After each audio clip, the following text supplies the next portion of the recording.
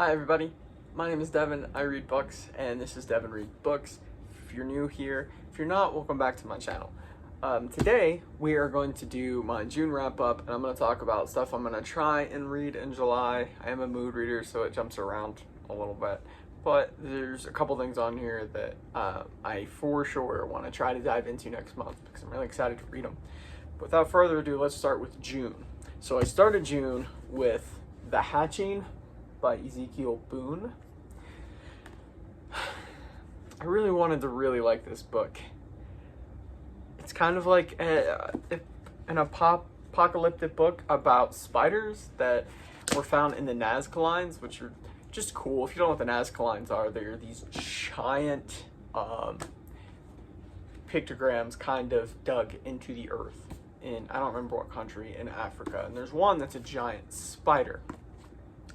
And that's kind of the basis. They find these spiders that presumably have been in hibernation for like hundreds of years, and they just multiply insanely fast. And like different spiders have different roles. There are some that just breed, there are some that just attack.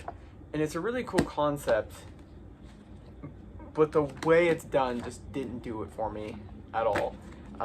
I mean, by chapter 4, you had like 11 named characters, and probably 8 of them just do not matter. Just don't matter. They're in there for 1 chapter, 2 chapter, 3 chapters in the whole book, and then they're just gone. Like, it's so pointless. It jumps around so much that you don't really feel connected with any of the characters, even the ones that are in the entire book and presumably in book 2. And I just don't feel that works. It just doesn't work for me. I don't think it worked for the story, unfortunately. I don't really plan on reading book 2. I can't. That narrative style is just, it doesn't fit.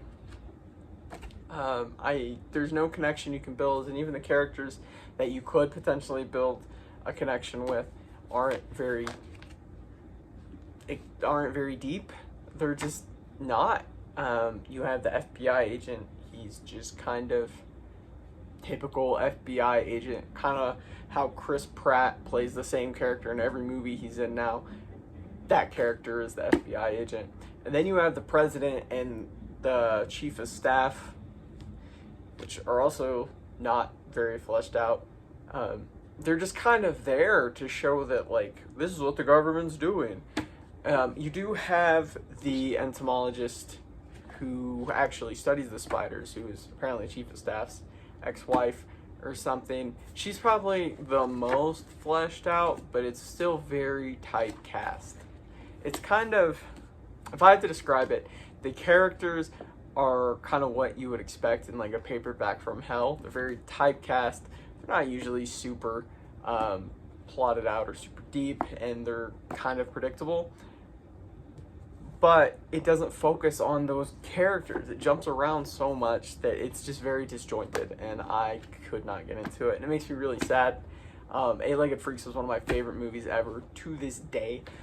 So I was really hoping this would be a lot better than it was. But I followed it up immediately with a really good book that was I don't know, it might be my book of the month of the 4 I read. And that is Douglas Preston's Extinction. This isn't particularly new. It came out a couple months ago, but I finally got around to reading it, and I just realized I put the dust jacket on upside down, so I'm going to fix that while I ramble.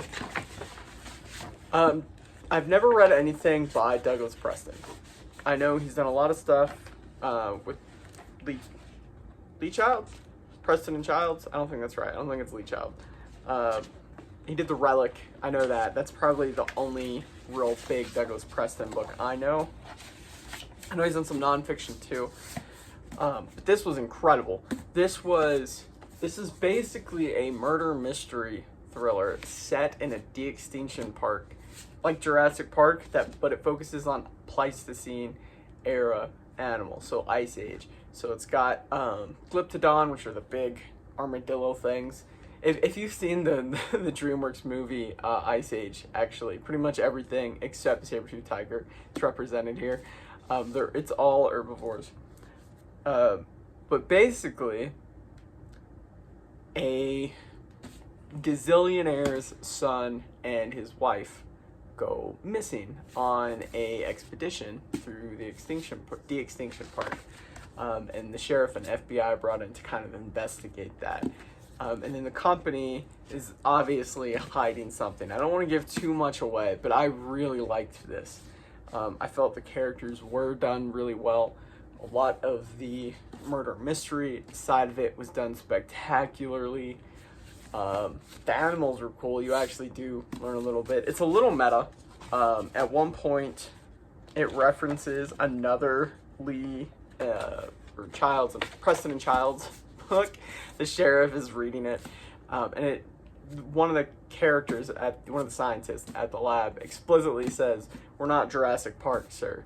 We didn't breed carnivores." Like, it's just very meta. But the twist at the end is so good, and it just grows from there. It's really good mystery that kind of captures you the whole way. Like, you don't know entirely what's going on. You start to get pieces, and then you make other assumptions that are not quite right. I really, really enjoyed it. I will say, if it's not quite Jurassic Park. I'm not going to dive deeper into that. I don't want to spoil anything. This is a really good book. You should totally read it. But it's not Jurassic Park. It's quite a bit different. This was probably, if it's not my favorite, it's very close, because the last book I read, that I finished, I should say, in June, definitely probably takes the cake for me. They're very, very close. But I read one more book in between them, and that was a new book that was the monthly pick at the bookstore. So I picked it up and wanted to try it. And that is the Whisperwicks #1, The Labyrinth of the... I am going to have to stop recording 4K 60 FPS on my phone. Anyway, back to the Whisperwicks. It's very Pan's Labyrinth, Tim Burton-y. The whole plot is there's this kid who does not believe in magic. He's very science-brained. And one day a strange little doll called a puppet shows up, and it can kind of change forms into different animals with like Coraline-like button eyes. And it takes him to this strange world where he has to help someone find their lost, missing brother. It's actually really, really good. It deals with some heavier themes for a young reader's novel. A lot of grief, loss. It's very charming. Very, very charming. I read it in like a day and a half. It's very quick. It was very fun. I really enjoyed it. I wouldn't like call it my favorite book ever or anything. And I am questioning how they're going to do a book 2, because this is very clearly marked book #1. But it wraps up everything like that. I mean, to a T. So I'm very curious about where Jordan Lee's kind of goes from here. But I will probably pick up the second one and give it a try. If you like young readers fantasy, or just Tim Burton and Pan's Labyrinth, I would recommend at least giving this a try. If you're a focused reader, it's part of my problem is I read fairly fast, but I'm not very focused. You can probably finish it in a few hours. Definitely get up, eat breakfast, put on a cup of tea, read it, and you'll probably be done within that day. And the last book that I read last month that I really, really, really enjoyed was Horror Movie by Paul Tremblay. It's his new book. It was my first Paul Tremblay. I actually haven't read Cabin at the End of the World yet. I'm going to. But this was spectacular. It's not just beautiful, and the interior art is really cool too. It's like the movie script. But basically, this is about a guy who's doing kind of an audiobook podcasty memoir on the making of this movie, Horror Movie, that he made with a friend from college, some of her friends, some 20-some years prior. It's so good. The characters are very well fleshed out. They kind of all have their own problems. Obviously, it's horror. It's going to deal with some really heavy themes. It's kind of a slow burn, but it's very interesting and kind of seeing how things go, because the plot of the movie they're making is that they basically bully this kid and he turns into an actual monster over time. Kind of like the monsters are man-made vibe. But there's all kinds of stuff that happened during the production of that movie, including the death of a crew member, that kind of highlighted it into this cult following within horror. So it's kind of him talking about that while also interlaying chapters on a new production company has brought him on because they want to actually remake it and bring it all the way to release, because it wasn't released. There were clips online that the director put out before she died, and so they're going to remake it, and that kind of revamps his following. But as the book goes on, you kind of see glimpses of how being this like faceless character in a mask who could only talk when in between shots when the mask was off really changed the mentality of the main character. It really warped his mind. And so like all kinds of things start to happen, and in true, from what I hear, I should say, true Paul Tremblay fashion, there's kind of this disconnect between like what's real, and there's a really big psychological element to it. And I thought the climax of the book was spectacular. I really enjoyed this book. I think it really worked. I am excited to try some other stuff now. If I had to put this against Douglas Preston, I don't want to admit it, but I feel like this would probably come out on top. But it's a horror book you can easily reread. And a lot of times you don't get that in horror because that mystery element is gone. So unless you're just kind of rereading for like the goriness or some other elements of it, you don't get that a lot. But this one, I feel like if I reread this next month or in August, I would pick up on things and connect dots that I didn't connect the first time. And I love that. This was just spectacular.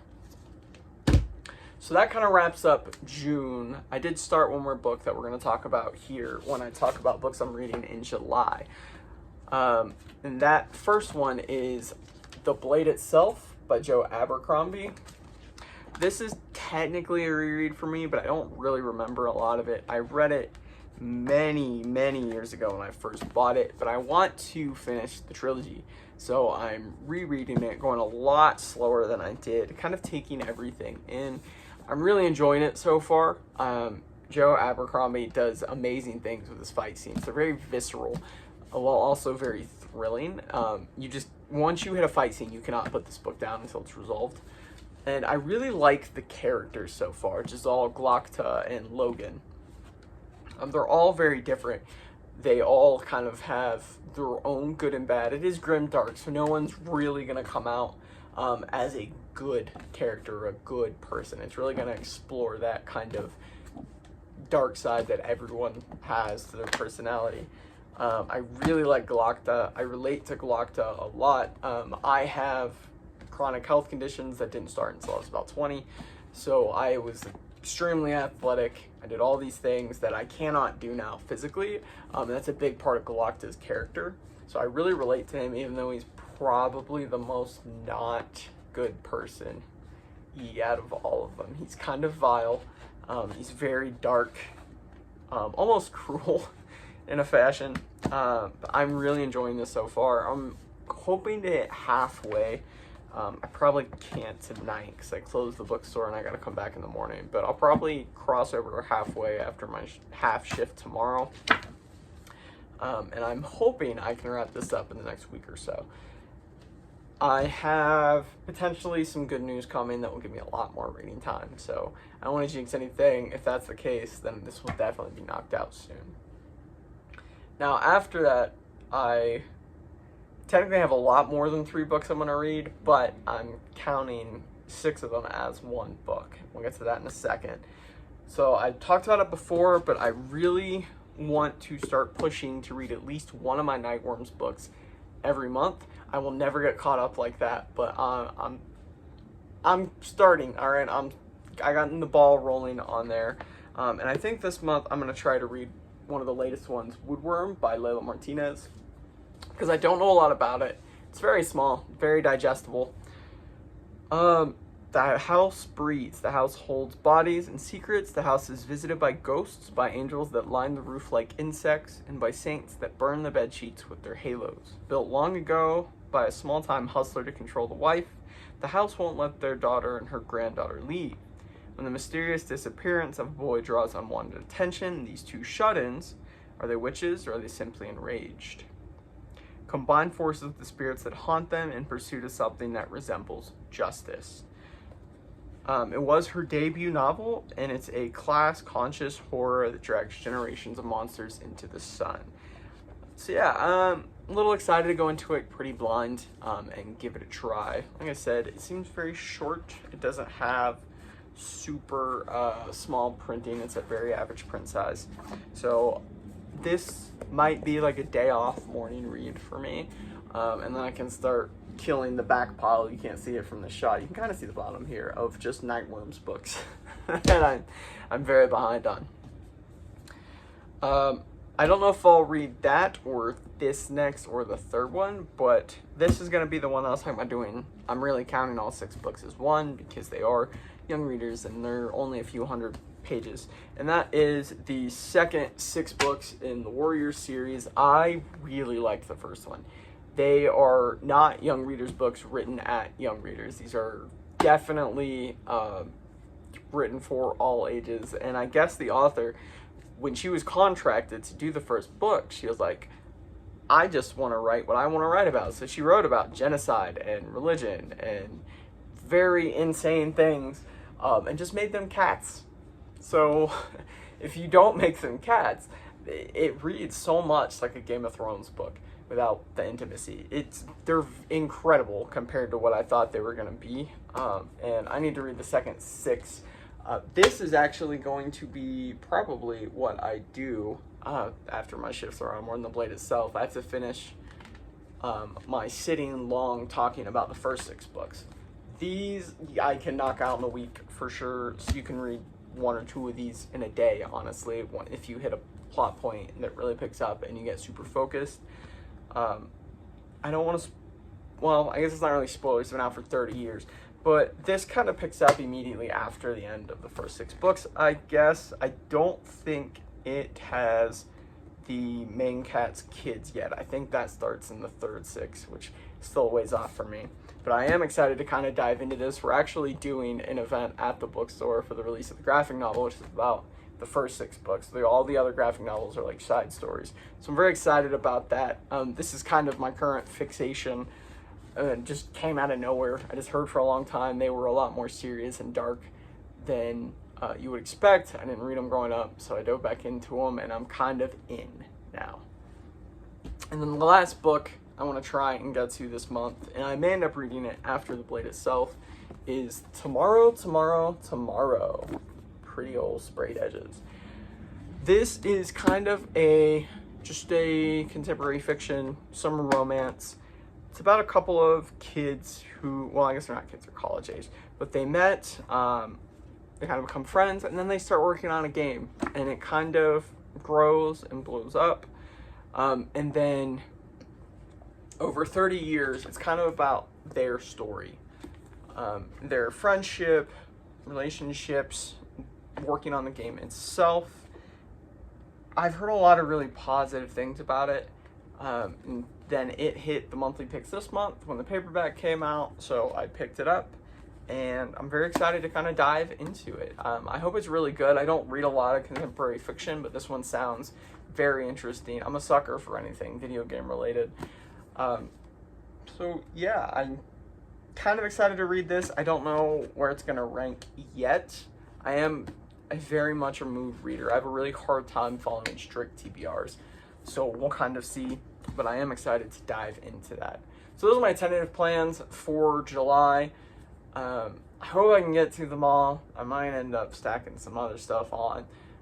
I've got some other stuff in the works, but as always, thank you for watching. The support has been great, especially since I've been pretty bad at being consistent, and I will see you guys next time.